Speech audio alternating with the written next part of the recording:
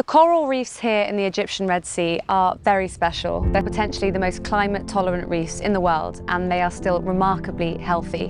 When I heard about them and what they've come to symbolize, I really wanted to come and see them for myself.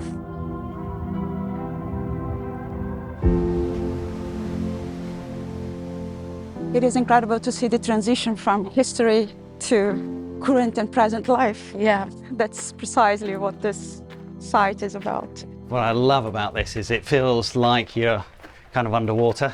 Yeah, so cool.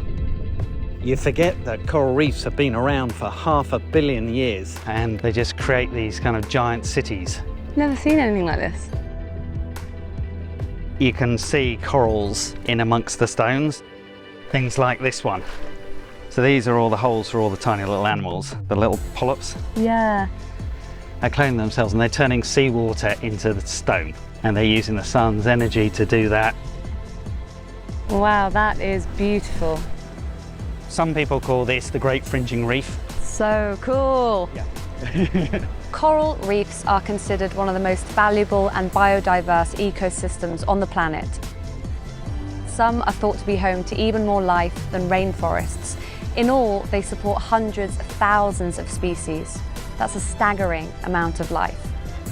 They also provide food and jobs for hundreds of millions of people in some of the world's poorest communities.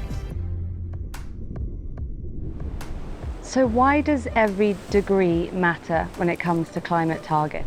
What science tells us is that if our global temperature rises by 1.5 degrees Celsius, we will likely lose between 70 and 90% of our coral reefs.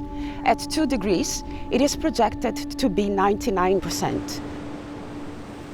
Why is this one looking so healthy? This is potentially the most climate-tolerant reef in the world. It's actually located in the coolest part of the Red Sea, but the currents bring coral babies from one of the hottest parts of the Red Sea. Okay. So they keep some of their climate tolerance when they settle here. Yeah. And they grow up. And then you also get very deep water that washes through and cools down. Here's the crazy thing. These reefs are located on the doorstep of this year's UN Climate Conference, and their survival, and potentially the survival of the entire ecosystem, could be riding on the outcome of the conference. That was honestly one of the greatest experiences of my life.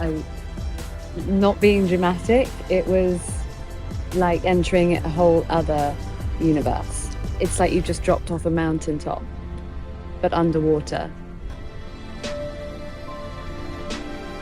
We rely on the health of the ocean for our own health as human beings, as humankind. Not just that, but just the sheer beauty of it. How can you not want to save that once you've seen it, once you've experienced it? So yeah, I do think every single person that is involved in changing policy for the better should see this. Humanity has never been on the verge of losing an entire ecosystem before. But we've also never had the opportunity to save one either. We just need to do what we've agreed to do, to honour the commitment to limit global warming to well under 2 degrees Celsius and to prioritise support for the local action to save coral reefs, especially reefs like these.